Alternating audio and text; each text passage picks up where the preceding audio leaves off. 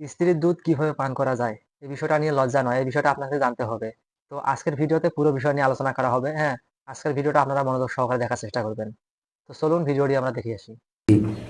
স্ত্রীর দুধ স্বামী পান করলে বা গালে চলে গেলে বা খেলে স্ত্রী তালাক হয়ে যাবে কিনা, দুধ মাতা হয়ে যাবে কিনা, এই ব্যাপারে জানার চেষ্টা করব ইনশাআল্লাহ।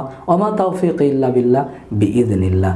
আল্লাহ রাব্বুল আলামিন কুরআনুল কারীমের ভিতরে খুব সুন্দর করে বলছেন, হুন্না লিবাসুল লাকুম ওয়া আনতুম লিবাসুল লাহুন, আলিমাল্লাহু আন্নাকুম কুনতুম তাখতানুনা আনফুসাকুম ফাতাবা আলাইকুম।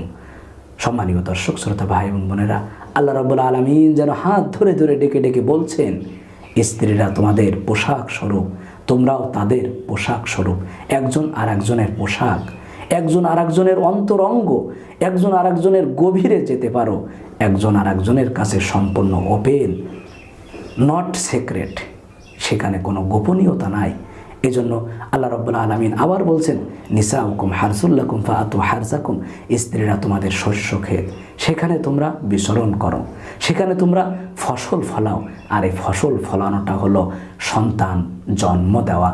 সম্মানীয় ভাই এবং বোনেরা, আজকের এই ভিডিও যারাই দেখছেন তাদেরকেই বলছি, স্ত্রী সহবাস করার সময় যৌন উত্তেজিত হয়ে, আবেগপ্রবণ হয়ে অনেক সময় আমরা সুখ আরও বেশি উপভোগ করার জন্য স্বামী এবং স্ত্রী একজন আর একজনকে অন্তরঙ্গ করার জন্য জড়িয়ে ধরে আমরা স্বামী যারা আছি, পুরুষ যারা আছি, ছেলে যারা আছি, তারা অনেক সময় দেখা যায় স্ত্রীদের স্তন এগুলো চষে বা মুখে নেয় বা মর্দন করে।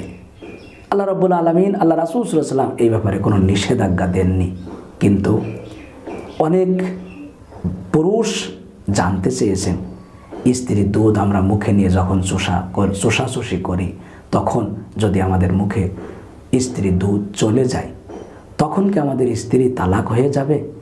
তখন কি আমাদের স্ত্রী আমাদের থেকে বিচ্ছেদ করে ফেলতে হবে?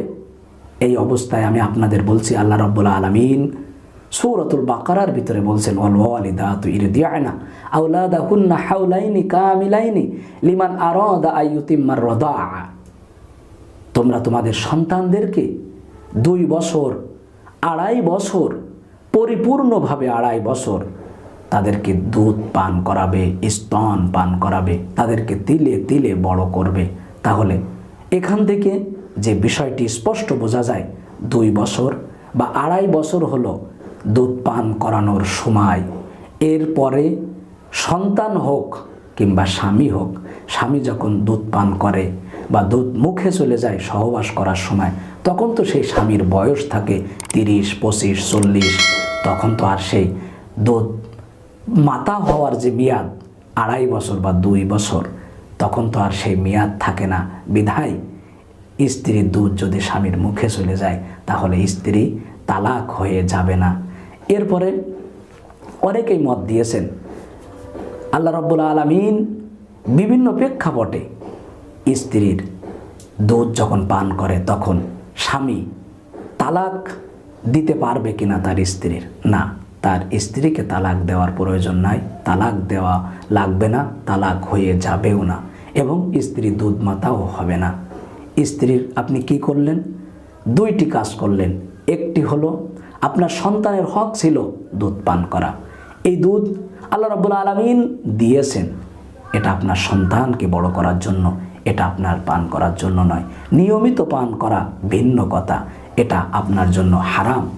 কিন্তু অজ্ঞাতবশত বা অচেতন অবস্থায় বা কল্পনাপ্রসূতভাবে আপনার মুখে দুধ চলে গেছে, আপনি সেটা ফেলে দেওয়ার চেষ্টা করবেন।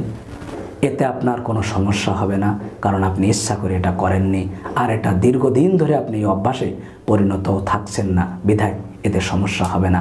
আপনি আপনার সন্তানের হক নষ্ট করছেন, এই গুনাহগার আপনার হতে হবে। 2 নম্বরে আপনি হারাম কাজ করছেন, এটাও আপনার আমল নামায় চলে যাবে।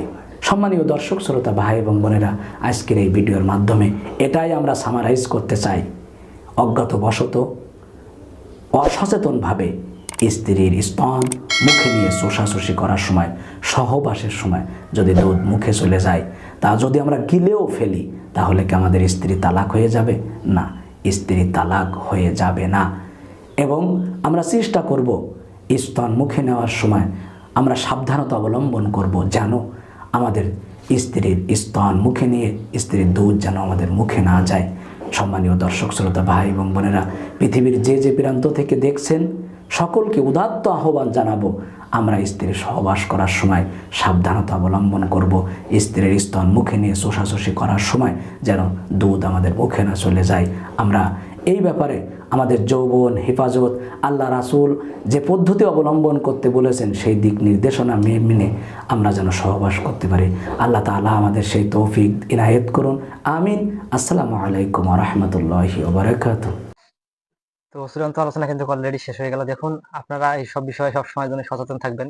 কেন সচেতন থাকার দরকার জানেন? আপনারা সবসময় যে কোনো বিষয়ে কাজ করেন না কেন, আমার এই কথা বলি আমি, তো সবাই একমতই। যে কোনো কাজ করতে হলে উত্তেজনাবশত আমরা মুখে নিয়েই ফেলি। তো যাই হোক, সমস্যা নেই। আপনারা এটা নেওয়ার চেষ্টা করবেন না, এটা থেকে দূরে থাকার চেষ্টা করবেন। তবে এই ছিল আজকের ভিডিওটি। ভিডিওটি কেমন লেগেছে অবশ্য একটা লাইক দিয়ে জানিয়ে দিবেন। আর চ্যানেলটিকে সাবস্ক্রাইব করে নেবেন, ভিডিওটি শেয়ার দিয়ে দিবেন। ভিডিওটি এতক্ষণ পর্যন্ত দেখার জন্য আপনাকে অসংখ্য ধন্যবাদ।